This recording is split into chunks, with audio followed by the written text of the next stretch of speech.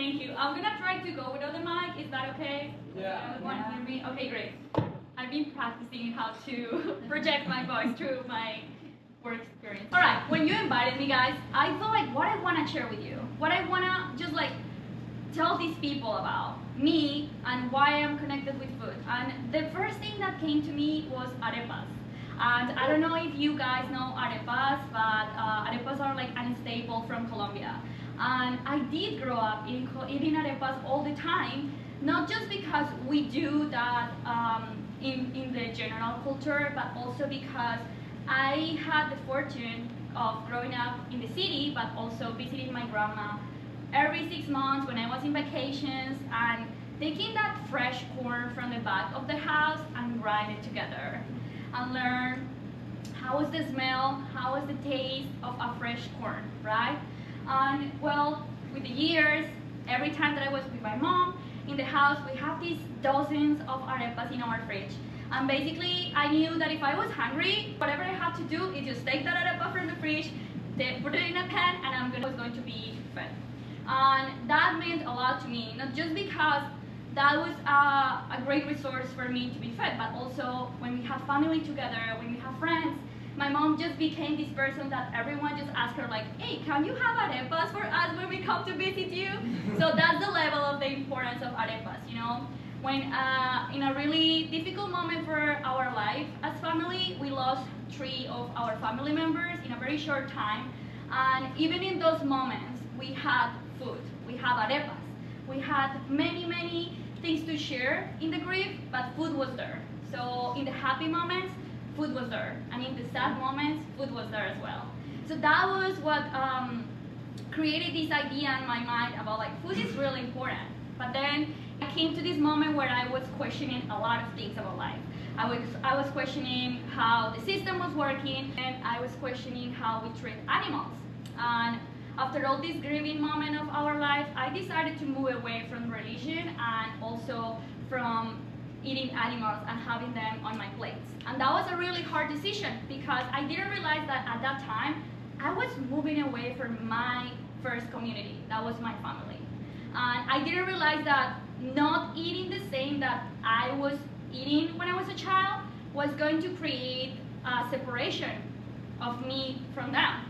And I remember this retreat that I went once that basically it was all about running a little bit away from my life at that point, from my family, from all the struggles that I was having as a early 20 years old person. And I love to volunteer in the kitchen.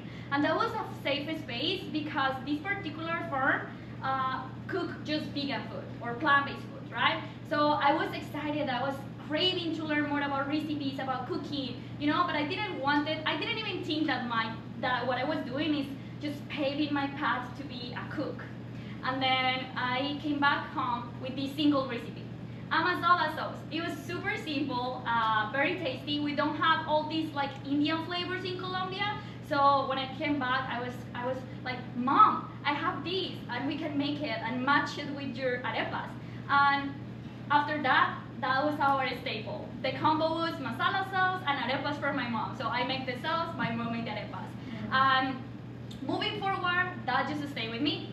And because I was vegan, we had these really tough conversations with my mom about like how we were going to create a bridge between the traditions that we have, the food that we have, and also my new way to live my life, right? So arepas always were with cheese, with butter, with milk. So we had this long conversation about how we're gonna do these swaps just to make it sustainable for both of us as a family, right?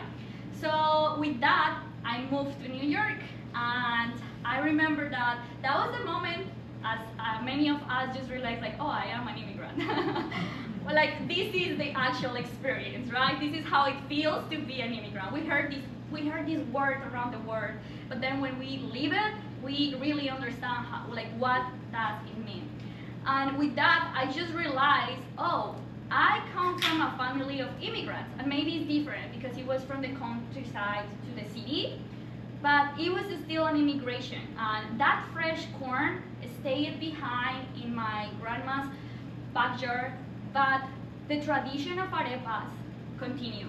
And when I came here and I was like learning a lot, I was just like, I wanna just keep this mission of sharing my food with people.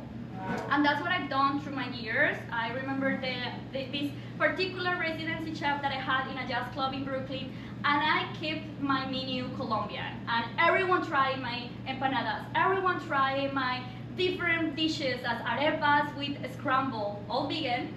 But the most important one was my masala sauce with arepas that no one else knew. And when I have the opportunity to share with someone this history, I told them, like, this is really important because I did this all the time with my mom just to welcome people that comes to visit us. And that was important for me, right? And that's how food just creates community, creates connections with others. And here we just realize that it is all about not just sharing what we learn from our family, but it's our roots, right? It is our authenticity. And with that, I just remember to this moment last year when I had the opportunity to tailor a Colombo Chinese menu, and it was fantastic. All the menu was great, but my favorite part was that before the dinner, I was in the kitchen with these 3 Chinese girls, teaching them how to shape arepas. That was my favorite part. I was like crying the day after because I was like, this was so important for me, and these are the small moments that no one else are gonna understand as my mom. So I called her and I told her, like, look, this happens and this is awesome. And she was as happy as I was with that experience. So that's how food like creates society, creates families, creates community. And you mentioned something that I wrote too, and it's like someone a few weeks ago asked me, what is that single thing that you want people to know about you? And I told them without hesitation, my love language is food. And it is not love, the feeling, it is the action. It is the action of sharing my roots, sharing my tradition, create a new path where we can have a more compassionate way to experience our dishes, our meal, but transaction it and learn from each other. And that is part of what I do.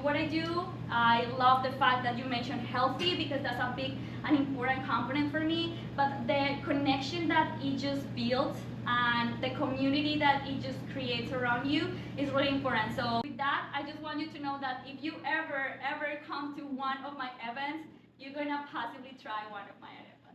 Yeah.